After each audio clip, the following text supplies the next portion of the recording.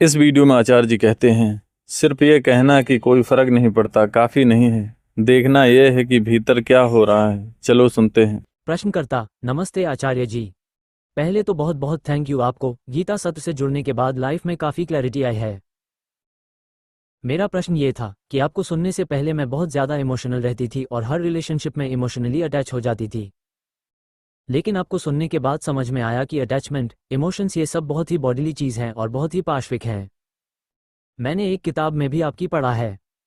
तो अभी ऐसा हो गया है कि किसी भी लड़के के साथ रिलेशनशिप में आने के बाद, फिजिकल भी होने के बाद, मुझे कोई अटैचमेंट नहीं होता है, कोई भी इमोशनल अटैचमेंट, और मुझे कोई फर्क भी नहीं पड़ता है। तो मुझे इस चीज़ पर आपकी थोड़ी क्लैरिटी चाहिए थी। मैं अभी कनाडा में हूँ, अपनी पढ़ाई कर रही हूँ, जॉब भी करती हूँ पार्ट टाइम। सब सही चल रहा है, बट इस पर मुझे थोड़ा सा समझ में नहीं आ रहा था कि ये क्यों हो रहा है और मैं इसको कैसे ठीक करूँ। आचार्य प्रशांत, क्या चीज़ समझ में नहीं आ रही है? अगर समझे बिना ही आप कह रहे हैं कि सब सही चल रहा है, तो कैसे सही चल रहा है? क्या है जो समझ में नहीं आ रहा? प्रश्नकर्ता, सही मतलब कि पढ़ाई और जॉब तो सब सही चल रहा है, कॉलेज और सब कुछ। बट ये चीज़ मुझे लगता है कहीं ना कहीं गलत है। बट जब मैंने आपको सुना, उसमें लगता था कि वैसे भी इमोशनली अटैच नहीं होना चाहिए। तो मुझे लगता है कि फिर इसमें गलती क्या है जो मैं कर रही हूँ? आचार्य प्रशांत, सही गलत की बात नहीं है, समझने या न समझने की बात है। आप कह रहे हो कोई फर्क नहीं पड़ता। कोई फर्क नहीं पड़ता तो ये सब ना हो तो भी कोई फर्क नहीं पड़ना चाहिए। तो अगर कोई फर्क सचमुच नहीं पड़ता तो ये सब है क्यों? जो भी है, इमोशनल नहीं है, फिजिकल है। वो भी क्यों है? मैं उसको मना नहीं कर रहा हूँ। मैं यहाँ पर मोरल एंगल तो लेता ही नहीं हूँ। पर जो बोध है, अंडरस्टैंडिंग है, do we understand what's happening even at the physical level? And it might be all right, I am not going to polish it, but do we understand? बस ये आप थोड़ा देख लीजिए कि ये एक आफ्त निश्चित रूप से होती है इमोशनल क्लिंगिंग। पर अगर इमोशनल क्लिंगिंग नहीं है तो सिर्फ उसके ना होने से जो time, energy, mental space invest होता है फिजिकल एडवेंचरिंग में, क्या वो जस्टिफाई हो जाता है? मैं फिर कह रहा हूँ, मैं वो पोजीशन बिल्कुल नहीं ले रहा हूँ कि किसी इंसान को, खासकर लड़की को, अपनी बॉडी की सैंक्टिटी का ख्याल रखना चाहिए, वगैरह वगैरह। वो हटाया। पर कोई भी चीज़ आपसे आप यूं ही तो किसी फिजिकल रिलेशनशिप में नहीं आ जाते ना। उसमें भी समय लगता है, किसी को मेंटल स्पेस देना, बात करनी पड़ती है। Could range from hours to days to weeks to years, sometimes it's up your entire life. Is it worth it? आप फिजिकली अटैच होते हो, ले दे करके फिर उससे फिजिकल प्लेजर मिलता होगा, क्योंकि इमोशनल तो आप कह रहे हो कि कुछ है नहीं। ले देकर फिजिकल प्लेजर ही मिलता होगा। तो वो जो फिजिकल प्लेजर है, is it worth the investment? बस ये क्वेश्चन है। Do we realise the trade off? कितना उसमें जा रहा है और कितना उसमें से मिल रहा है? और ये विचार आपको खुद करना पड़ेगा, क्योंकि आप एडल्ट हैं, आपकी जिंदगी है, आपको देखना है, सोचना है। किसी और को हक नहीं है इसमें कुछ करने का। लेकिन ये सलाह दी जा सकती है कि ये बहुत अच्छी बात है, नहीं है इमोशनल क्लिंगिंग तो। लेकिन जिंदगी तो इतनी ही बड़ी है ना, हाथ से थोड़ा से का इशारा करते हुए उसको कहाँ इन्वेस्ट करना है? और आप बिल्कुल ऑटोमेटन तो बन नहीं सकती कि मैं इतनी ज़्यादा मैकेनिकल, रोबोटिक हो गई हूँ कि the whole process last just 10 minutes. ऐसा तो नहीं हो सकता। It consumes its own share of time and energy and everything, attention. ये सब होता है। तो आपको अपने आप से पूछना पड़ेगा कि किस हद तक ये जस्टिफाइड है। जस्टिफाइड फिर किसी मोरल स्केल पर नहीं, टाइम की स्केल पर, कॉन्शियसनेस की स्केल पर। Do I understand what's happening? Is it a justified investment of my time?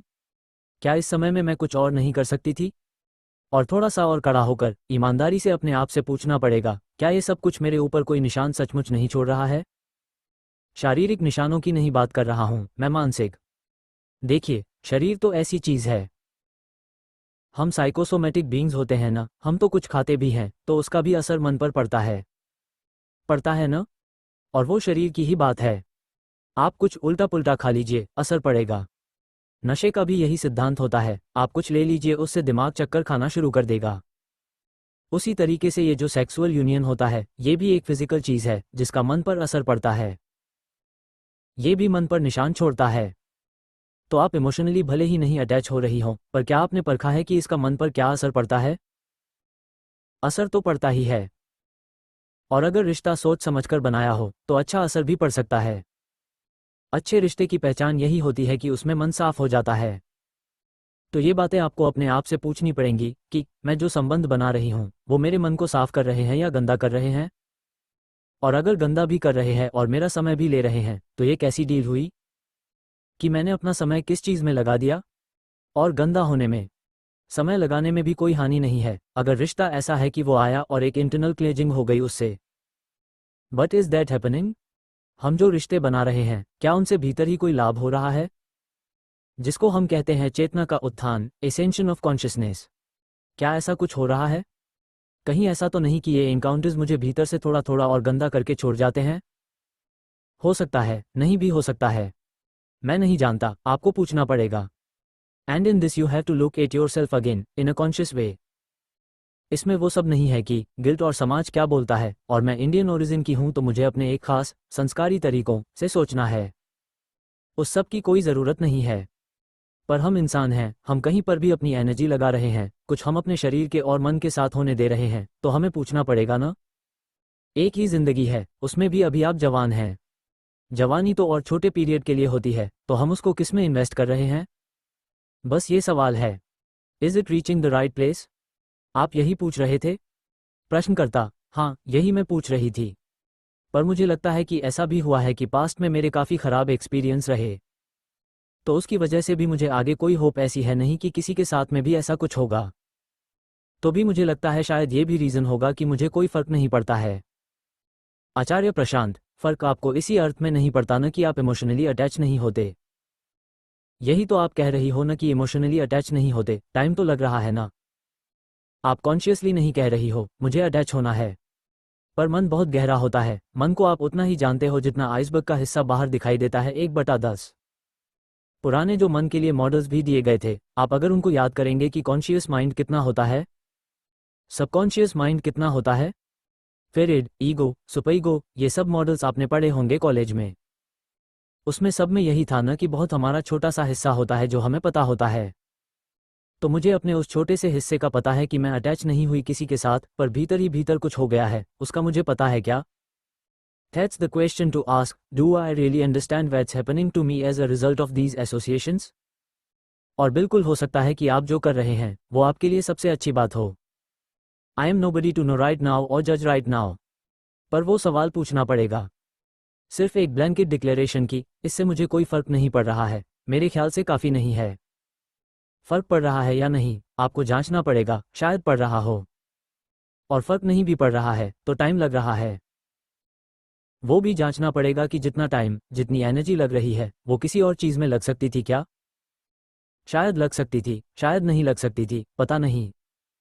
Be more conscious, ask more questions, be more detached towards yourself, what's going on. यही पूछिए बार बार। जब आप एक decision लें, पूछिए कि what exactly went into the decision. मैंने क्या सोच करके हाँ बोला है? क्या मैं बोल तो रही हूं कि कोई इमोशनल एंगल नहीं है, कोई डिज़ायर नहीं है, तो ये हाँ कहाँ से आ रही है फिर? ये सब और ये सब किसी पर्प से नहीं करना है। ये मैं आपको इसलिए नहीं बोल रहा हूं कि आप जो कर रही हैं रुक जाए। हो सकता है कि आप जैसे जा रही हैं वही सबसे अच्छा हो आपके लिए, पर हमें पता होना चाहिए। जो भी हो रहा है मुझे पता होना चाहिए कि क्या हो रहा है। ठीक है? प्रश्नकर्ता: जी। जैसा कि आचार्य प्रशांत ने बताया, सवाल सही गलत का नहीं, समझ और चेतना का है। धन्यवाद।